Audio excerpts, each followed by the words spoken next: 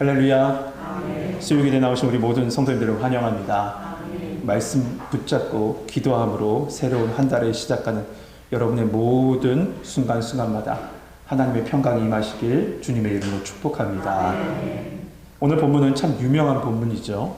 믿지 않는 사람들조차도 오늘 말씀의 스토리 그리고 그들의 인물도 다 잘 압니다. 그래서 키 큰 사람을 보면 뭐라고 별명을 붙이죠? 골리앗 같다라고 얘기하잖아요. 그런 걸 보면 사회 속에서 기독교 문화가 알게 모르게 얼마나 많은 영향을 미치고 있는지 그 사실만 봐도 알 수 있습니다. 그래서 믿음의 사람들이 바로 서야 합니다. 왜냐하면 우리 믿음의 사람들로 통해서 선한 영향력을 미쳐야 하기 때문에 그렇습니다. 말씀으로 돌아와서요. 앞장인 사무엘상 16장에서 다윗은 이스라엘 왕으로서 기름 부음을 받습니다.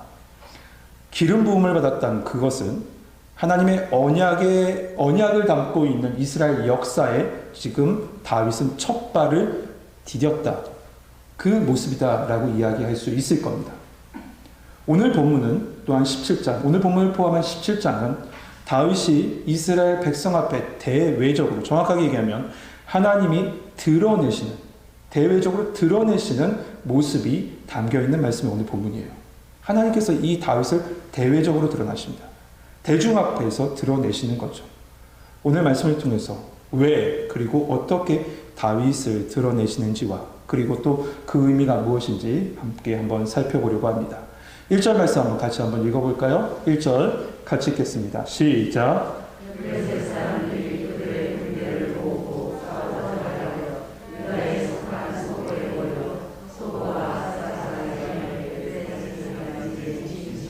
아멘.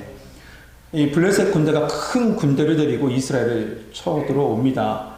이 블레셋 군대는 소고와 아세가 사이에 있는 에베스 담밈이라는 곳에 진을 치고 있습니다.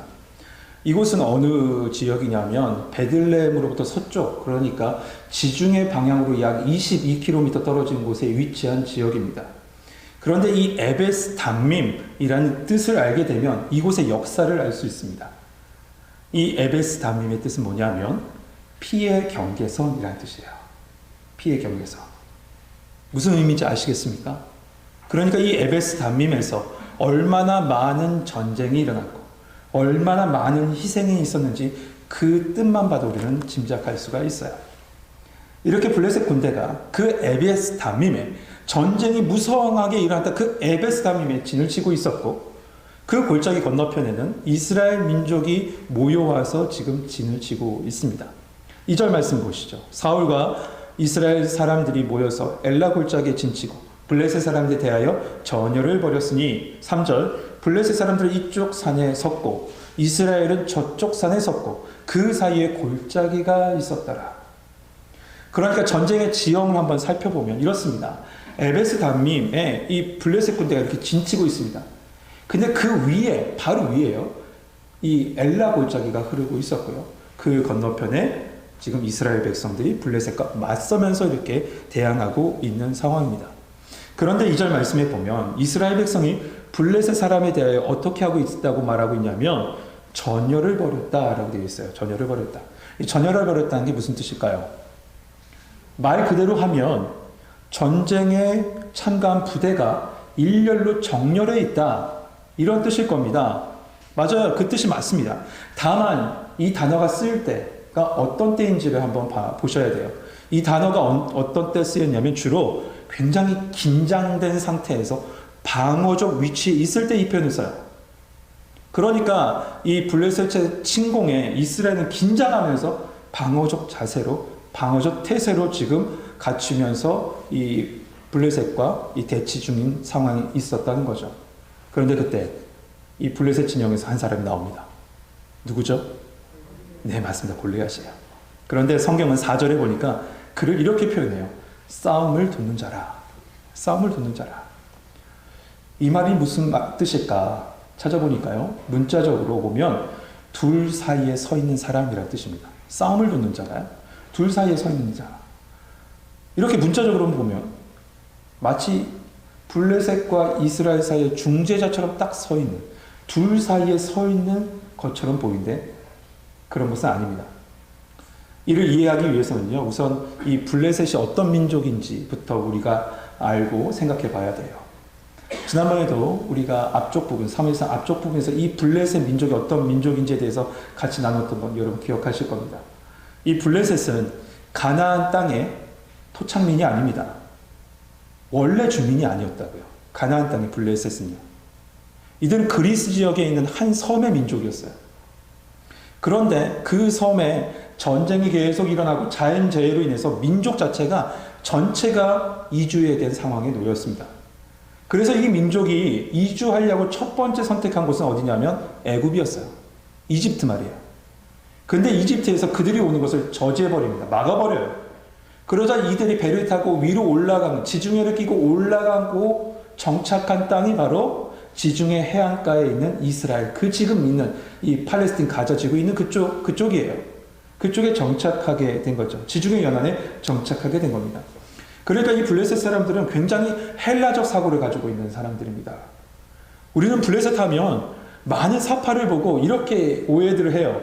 어떻게 사람들이 생각하냐면 굉장히 우락부락하고 미개인 같은 민족으로 생각하지만 이들은 사실 헬라 철학을 굉장히 중요시하고 자유를 사랑했던 그런 민족이었습니다.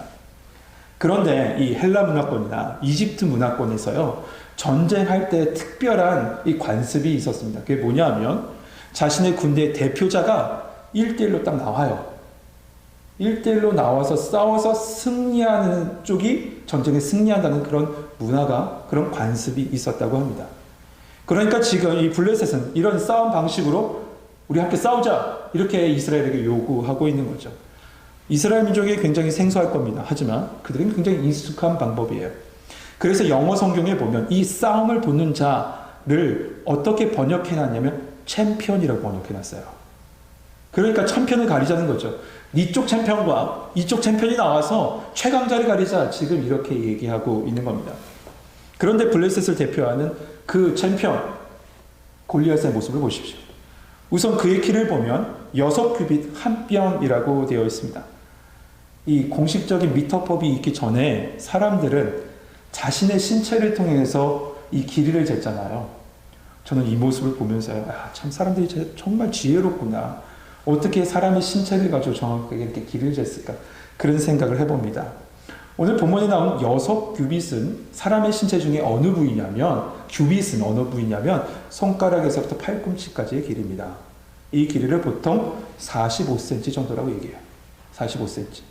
그리고 또 하나 나온 이 단위가 있죠. 한 뼘이에요. 그것은 말 그대로, 우리말 그대로 손을 편 길인데 보통 22cm로 봅니다.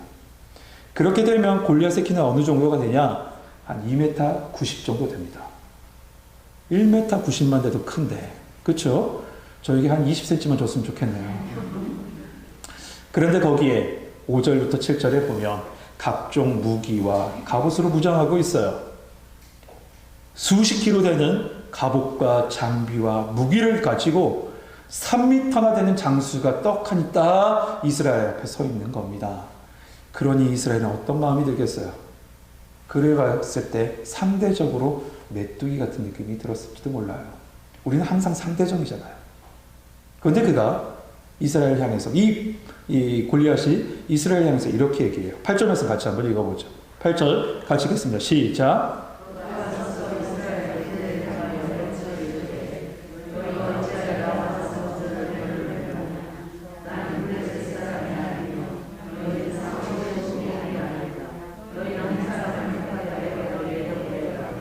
아멘. 여러분, 이 말씀에서 이 골리앗의 말을 한번 들어보십시오. 8절 중간에 보면 나는 블레셋 사람이 아니며 너희는 사울의 신복이 아니냐라고 하고 있어요. 이 말이 뭡니까 도대체? 나는 블레셋 사람이 아니며 너희는 사울의 신복이 아니냐. 지금 골리앗이 단순하게 나는 어느 민족 출신이다, 블레셋 민족 출신이다, 그걸 얘기하는 걸까요? 그건 아니에요. 여러분, 이 블레셋 사람들은 주로 헬라 철학을 갖고 있고 헬라 문화권에 있던 사람들이라고 했습니다. 그것을 중요하게 여긴다라고 했어요. 그러면 그 중에서 무엇을 중요하게 여긴다고 아까 전에 말씀드렸습니까? 자유와 철학을 중요시 여긴다고 했죠. 그러니까 지금 나는 블레셋 사람이 아니냐라고 말하는 건 이와 같이 말한 거예요. 나는 자유롭게 이 전쟁의 자리에 나온 자유인이다. 그런데 너희 이스라엘은 그렇지 않다라고 얘기하는 겁니다. 왜 이렇게 얘기하다고 얘기하냐면 신복이라는 말 때문에 그래요. 사울의 신복이 아니냐. 여러분, 이 신복이라는 말은 신하라는 얘기가 아닙니다. 원뜻은 노예라는 뜻이에요. 그러니까 이스라엘 군대는 그저 사울에게 끌려 나온 노예 집단에 불과하다. 이스라엘 민족과 이스라엘 군대를 격하고 모욕하는 발언을 지금 하고 있는 거죠. 이러한 모욕적인 처사는 16절까지 쭉 내려가서 보면 약 40일 동안 쭉 계속된 것 같아요. 40일 동안. 그럼에도 불구하고 이 이스라엘은 아무런 반응 없이 11절에 사울과 온 이스라엘이 블레셋 사람의 이 말을 듣고 놀라 크게 두려워하니라고 했습니다. 아무런 반응조차 하지 못하고 그냥 놀라고 두려워할 뿐이에요. 여러분, 이런 모욕 앞에서 나서야 될 사람, 이스라엘 민족 중에 누가 나서야 됩니까? 당연히 왕, 사울이, 표면적인 왕인 사울이 나서야 하죠. 분명 골리앗이 말한 바 너희 중에 대표하는 한 사람 나와라 했으면 담대하게 나와야 할 사람은 사울이에요. 그가 안 나오더라도 사람을 딱 지정해서 누구누구 너 나가라 라고 할 수 있잖아요. 그런데 그런 어떤 액션도 없어요. 그저 그는 이스라엘 백성과 함께 오늘 말씀해 보면 놀라고 두려워만 하고 있습니다. 여러분, 사울이 처음 왕으로 세워졌을 때를 한번 생각해 보시죠. 그 말씀을 돌아가서 생각해 보면 사무엘을 통해서 사울에게 주어진 사명은 무엇이었냐면 블레셋을 물리치는 사명, 블레셋으로부터 이스라엘 백성을 구원할 사명이 사울에게 있었습니다. 사무엘상 9장 16절에 보면 하나님께서 사무엘에게 사울이 올 것이니까 너에게 그에게 기름 부으라 라는 말씀이 있어요. 그 말씀이 어떻게 써 있냐면 이렇습니다. 내일 이맘때 내가 베냐민 땅에서 한 사람을 내게로 보내리니 너는 그에게 기름을 부어서 내 백성 이스라엘의 지도자로 삼으라. 그가 내 백성을 블레셋 사람의 손에서 구원하리라. 그러니까 사울에게 주어진 사명은 뭐예요? 블레셋 사람의 손에서 구원할 사명이 사울에게 있었어요. 블레셋으로부터 하나님의 백성 이스라엘을 구원할 임무를 띠고 지도자의 자리, 왕의 자리에 올라간 것은 사울의 사명, 그의 사명이었습니다. 그런데 앞선 전투들 보더라도 사실상 그보다는 그 앞선 블레셋과의 전투가 총 3번이 있었는데 처음에는 언약궤가 뺏겼던 그 사건이 있죠. 엘리 제사장의 아들들이 언약궤를 뺏겼던. 그땐 사울이 등장 안 했으니까 넘어가고요. 그 후에 보면 두 번째 블레셋과의 전투가 나올 때 사울이 이 모든 블레셋과의 전투에서 싸우면서 승리하게 한 것이 아니라 누가 올라가서 승리했냐면 요나단이 올라가서 승리했어요. 사울이 사실상 등장하지 않습니다. 그리고 지금도 보면 블레셋을 물리치는 사명을 지금 사울은 부여받았음에도 불구하고 지금 두려워 떨고만 있어요. 여러분, 이것은 무엇을 말씀하고 있는 걸까요? 그는 이스라엘을 그리고 하나님의 백성을 대표하는 대표자가 아니라는 것이죠. 골리앗은 8절 말씀 마지막에 보면 너희는 한 사람을 택해 내게 내보내라 라고 했을 때 하나님의 영이 떠나고 어둠의 권세에 사로잡힌 그는 진짜 하나님께서 세우신 하나님의 대표자, 하나님의 백성의 대표자가 아니기 때문에 나갈 수 없던 거죠. 다만 놀라고 두려워 떨고만 있었던 겁니다. 여러분, 여기에 우리는 성경이 말씀하고 있는 아주 중요한 원리를 이 말씀 속에서 볼 수 있어야 합니다. 이처럼 첫 대표자가 사단의 유혹으로 말미암아 패배함으로 그의 후손 모두 어떻게 됐습니까? 패배자가 됐어요. 이와 같이 새로운 대표자이신 예수 그리스도께서 승리하심으로 말미암아 그에게 연합한 모든 자에게 하나님께서 승리를 주시는 것입니다. 예수님이 우리 안에 계시고 우리가 예수님 안에 있는 그 연합으로 말미암아 예수님의 부활이 내 부활 되는 거고 예수님의 생명이 내 생명이 되는 축복이 우리와 함께 있는 겁니다. 그러므로 예수님이 내 안에 계심으로 나를 살아주시는 거죠. 여러분, 그런 살아주심을 경험하는 우리 성도님 되시길 주님의 이름으로 축복합니다. 두 번째로 우리가 이 말씀 속에서 보아야 될 건 두 진영의 원리예요. 두 진영의 원리. 지금까지의 모습을 다시 한번 돌아보시죠. 블레셋과 이스라엘은 이산과 저산에 나눠서 두 진영이 대치하고 있었습니다. 이건 바로 우리의 영적인 대치 상황을 말씀하고 있는 거예요. 영적인 실상을 이 상징적으로 보여주는 거죠. 여러분, 우리는 항상 두 싸움 가운데 놓여져 있어요. 언제나 두 싸움 가운데 놓여 있습니다. 그래서 끊임없이 성경은 두 세계를 비교합니다. 두 나라, 두 임금, 양과 염소, 두 대표자. 그런데 이러한 상황은 필연적으로 어떤 것을 갖고 오냐면 두 개의 종말로 나눠진다라는 것을 가지고 와요. 중간지대는 없어요. 중간지대는 없습니다. 여러분, 부자와 나사로, 거지 나사로 이야기 잘 아시죠? 그 말씀 속에 보면 마지막 때 둘로 확실하게 나눠진 걸 말씀하고 있지 않습니까? 누가복음 16장 26절 말씀입니다. 그뿐 아니라 너희와 우리 사이에 큰 구렁텅이가 놓여 있어. 여기서 너희에게로 건너가고자 할 때 갈 수 없고 거기서 우리에게 건너올 수도 없게 하였느니라. 두 사이가 완전히 갈라진 거예요. 저는 이 말씀을 잊지 못합니다. 왜냐하면 어릴 적에 들었던 이 말씀이 저에게 충격이었기 때문에 그래요. 예전에도 말씀드린 적이 있는 것 같은데요. 주일학교 선생님이 이 말씀을 가지고 분반 공부를 하고 계셨는데 그때 이 말씀을 설명하기 위해서 스케치북에다, 옛날에는 우리 교사 선생님들 참 힘들었어요. 스케치북에 다 그렸잖아요. 근데 정말 잘 그리시지 않았습니까? 제 기억으로 너무 잘 그리셨어요, 다들. 정말 이렇게 스케치북에 잘 이렇게 그리셨어요. 정성스럽게 그림을 그려오시고 저희들에게 보여주시면서 이 말씀을 설명해 주셨어요. 그런데 어릴 적에 그 모습이 너무 무서웠어요. 왜 무서웠냐면 천국과 지옥 사이에 큰 구렁이를, 큰 뱀을 그려놓으시고 천국과 지옥 사이에는 큰 구렁이가 있으니까 오갈 수 없어 라고 얘기하신 거예요. 여러분, 정말 뱀이 있어요? 천국과 지옥 사이에 지금도 뱀이 있다고 생각하시는 분이 계세요? 예전 성경에 이렇게 써있기 때문에 오해한 거예요. 뭐라고 써있냐면 우리와 너희 사이에 큰 구렁이 있어요. 구렁이 있어요. 구렁이 있어를 구렁이가 있어 라고 설명하신 거죠. 저는 나중에서 그게 알았어요. 좀 어렸을 때 구렁이가 있는 줄 알았어요. 큰 구렁이. 그래서 지금 성경 좀 바꿔놨죠. 큰 구렁텅이가 있어. 그러니까 오해하시는 분은 없을 것 같아요. 이 구렁이 뭡니까? 큰 계곡 아니에요.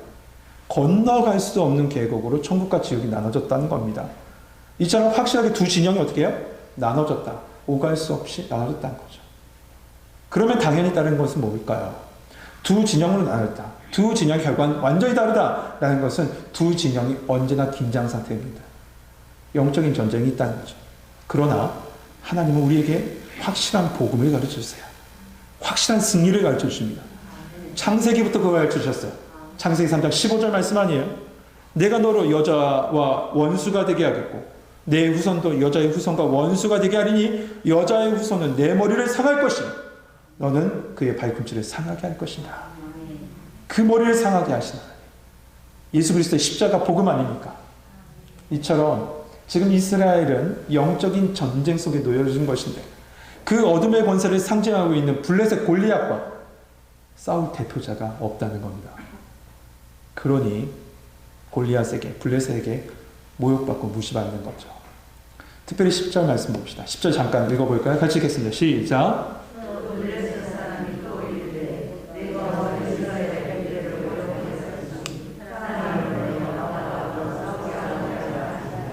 아멘.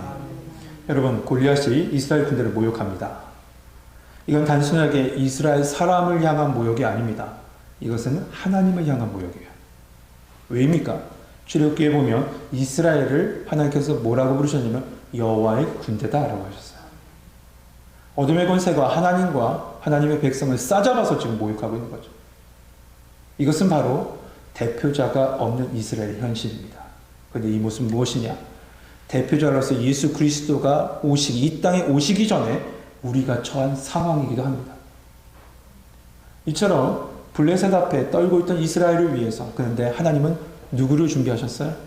다윗을 준비하고 계셨어요. 여러분, 지금 17장 말씀은요, 가득가득 이 이스라엘과 블레셋의 전투 장면으로 가득 채워져 있습니다.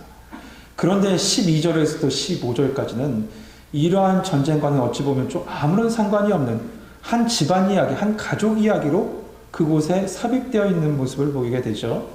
누구 가족 이야기입니까? 다윗의 가족 이야기예요. 잠시 한번 살펴볼까요? 12절 말씀. 앞선 16장에서 말씀한 이 베들레헴 에브라 사람 이새가 등장하죠. 그리고 그의 나이가 많다라는 것과 그의 아들이 8명이 있다라는 것을 먼저 말합니다. 그런데 그 아들 중에 장성한 삼형제는 전쟁터로 나갔고 막내는 사울과 베들레헴을 오가면서 사울 곁에서 돕는 일도 하고 베들레헴에 돌아오면 집안의 양을 치는 일을 번갈아 했다라고 말씀이 나와요. 여러분, 이처럼 왜 이야기가 갑자기 등장했을까?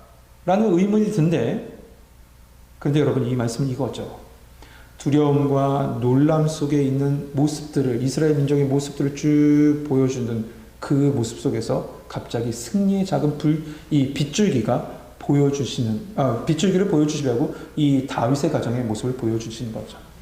조금 설명하면, 영화 이야기를 하면 조금 편하실 겁니다. 엘라 골짜기의 장면이 딱 나옵니다. 전쟁의 그 참혹한 현장이 나와요. 장면을 계속 보여주다가 갑자기 프레임이 확 바뀌어요. 바뀌더니만 베들레헴으로 갑니다. 베들레헴의 시선 딱 돌렸더니 지금 이 이스라엘 백성을 구원할 구원자가 출정 준비를 하고 있는 거예요. 그 모습을 지금 이 12절에서 또 15절에 왠지 어색해 보이지만 그렇지 않고 구원자의 출정 모습을 지금 보여주고 있는 거죠. 우리는 읽지 않았지만 30절까지 간단하게 한번 봅시다. 이제는 이제 전쟁에 나간 세 형제들, 그들의 안부를 살피고자 누구를 보내냐면 다윗을 그 전쟁터로 보냅니다. 여러 가지 물건을 싸서요.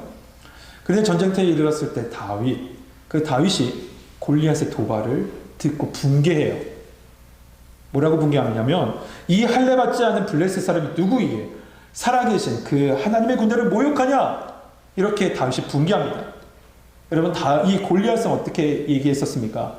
골리앗이요, 하나님의 군대인 이스라엘을 모욕했을 때 그 누구도 대항하지 못했습니다. 하지만 다윗은 하나님의 군대의 모욕함에 붕괴하고 있는 거죠. 그런데 이 붕괴하는 모습, 이스라엘 백성들은 전부 다 환영할 것 같은데 그렇지 않았어요. 심지어 그의 형들은 환영은커녕 도리어 노를 바라며 이렇게 얘기해요. 너 놀러 왔냐? 여기 전쟁터야. 너 너무 교만하다. 이게 뭔 소리 하는 거야? 지금 상황을 봐야지. 다윗을 막 꾸짖고 책망하고 분노해요. 여러분, 이 모습 속에서 예수님이 보이시지 않습니까? 다윗을 그 전쟁터로 보낸 건 이새가 아니에요. 하나님이 보내셨어요. 예수님을 이 땅에 하나님께서 보내주셨습니다. 그리고 어둠의 권세, 사망의 권세에 눌려있는 세상의 모습을 보시고 붕괴하신 예수님의 모습이 지금 다윗을 통해서 보여주는 겁니다. 심지어 다윗을 향해서 분노했던, 다윗 앞에서 환영하긴커녕 교만하다 비난하다는 모습조차도 이 땅에 오신 예수님을 향한 이 세상 사람들의 모습이 보이지 않습니다. 사랑하는 성도 여러분, 이처럼 구원자가 없이 살아갔던 우리의 인생, 그 인생은 어둠의 권세에 조롱받고 멸시받고 두려움에 떨 수밖에 없는 존재로 살아갈 수밖에 없는 게 우리였습니다. 그러나 이스라엘을 구원하기 위해서 다윗을 예정하신 것처럼 하나님은 만세 전부터 예비하셨고 예수 그리스도는 육신의 몸을 입고 이 땅에 오심으로 우리는 사망에서 생명, 두려움에서 평강으로 옮김받는 축복을 얻은 줄 믿습니다. 여러분은 아직도 세상에는 구원자를 찾지 못하고 떨고 있는 사람들이 많아요. 그리고 구원자인 줄 알고 세상의 것을 붙잡고 있는 사람들도 많습니다. 해결받지도 못하고 나서지도 못하는 그들과 함께 같이 떨면서 말이에요. 그들에게 필요한 건 단 하나, 예수 그리스도밖에 없는 줄 믿습니다. 여러분, 우리 믿음의 사람 또한 마찬가지예요. 우리를 두렵게 하는 게 있죠. 우리를 떨게 하는 것이 있습니다. 우리 또한 매 순간 영적인 전쟁 앞에 놓여 있습니다. 그럴 때, 그때 붙잡을 건 사람의 지혜도 세상의 인맥도 아니라 우리의 구원자이신 예수 그리스도를 믿습니다. 여러분, 이 시간에 기도하시면 그 예수님을 붙잡을 수 있는 은혜가 여러분 가운데 함께 하시길 주님의 이름으로 축복합니다.